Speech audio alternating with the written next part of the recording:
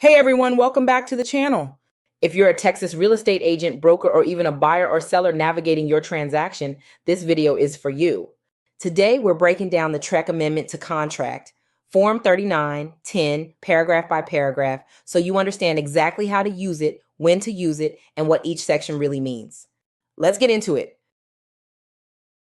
Top of form, property information.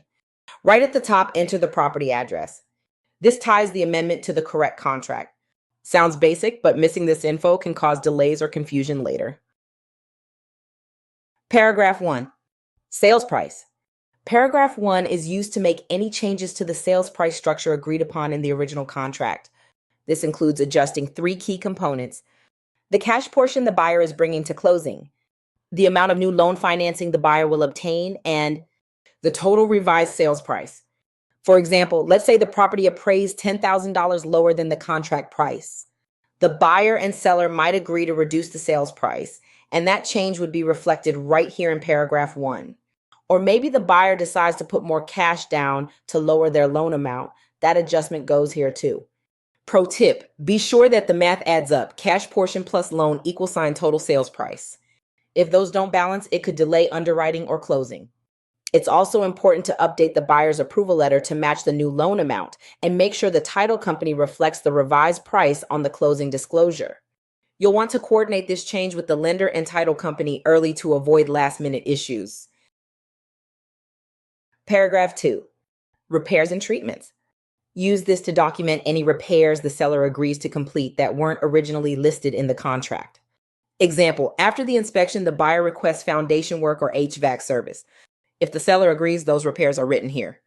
Reminder, repairs must still follow the standards in paragraph 7F of the main contract: licensed contractors, receipts, and work completed before closing. Be specific about what's being fixed to avoid disputes. Paragraph 3, closing date. This section changes the closing date from what was originally agreed in paragraph 9 of the contract.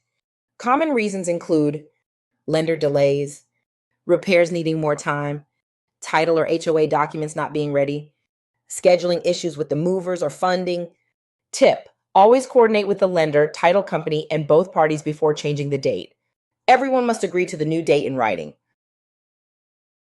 Paragraph 4, brokerage fee contribution. This paragraph allows the seller to contribute an amount toward brokerage fees that the buyer has agreed to pay under a separate agreement, usually the buyer representation agreement. This applies in situations where the buyer has agreed to compensate their agent directly, for example, FSBO's builder sales or limited MLS compensation.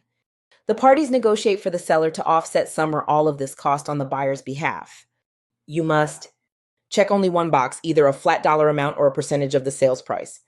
Fill in the amount or percentage clearly. Important, this is not the same as the seller covering the buyer's closing costs. This is only for adjusting compensation that the buyer would owe their agent directly. Paragraph 5, seller contributions. This section allows the seller to pay for additional costs that aren't already covered. Use this when the seller agrees to cover specific items that are not part of the buyer's regular closing costs. Paragraph 6, lender required repairs. If the lender or appraiser requires repairs before the loan can fund, list them here. You'll also clarify who pays for those repairs, buyer, seller, or both. Example, an FHA loan might require a missing handrail or peeling paint to be corrected before funding.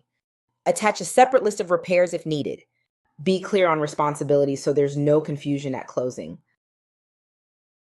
Paragraph 7, additional option fee for termination extension. If the buyer wants to extend their option period, this section is used to specify how many additional days they want, set an extra option fee paid to the seller, state whether that fee is credited at closing or not. Example, the buyer needs more time for inspection results or estimates and offers $150 for 5 more days. If the buyer and seller mutually agree to extend that option period, the new deadline must be entered here in paragraph 7 of the amendment. Paragraph 8, buyer waives right to terminate. This paragraph is used when the buyer chooses to waive their unrestricted right to terminate the contract under the termination option, which is located in paragraph 5B of the TREC 1-4 Family Residential Contract, Resale, Form 2018. This is typically used after the buyer has completed inspections and is satisfied with the property. By waiving the option early, the buyer signals to the seller that they are fully committed to moving forward. Important, once this waiver is signed, the buyer no longer has the right to back out under the option period, even if time remains. It's a serious move and should only be made when the buyer is completely sure about proceeding with the purchase. Paragraph 9. Third-party financing approval deadline. This modifies the deadline for the buyer to notify the seller if they have not received loan approval under the third-party financing addendum. Useful if a lender needs more time to complete underwriting or issue final loan commitment. Clear communication with the lender is key. Delays in this notice can trigger automatic termination. Paragraph 10. Other modifications. This is a catch-all for any other changes the parties agree to that aren't covered in the first 9 sections. Examples include adjusting possession date, changing title companies, adding or removing appliances, adjusting escrow amounts. Be clear and specific. Avoid legal jargon. This section should reflect business decisions, not legal interpretations. Signature section. Once all changes are filled in, both the buyer and seller must sign and date the amendment. Then, the broker or agent fills in the date of final acceptance, which becomes the effective date of the amendment. Tip: if there are multiple amendments, be sure they're numbered and signed in the correct order. And that's your full breakdown of the TREC Amendment to Contract, Form 3910. This form helps keep the deal on track when changes come up after the contract is signed, and they almost always do. If this video helped you, give it a like, hit that subscribe button, and comment below if you want us to cover another TREC form in detail. Thanks for watching, and I'll see you in the next video.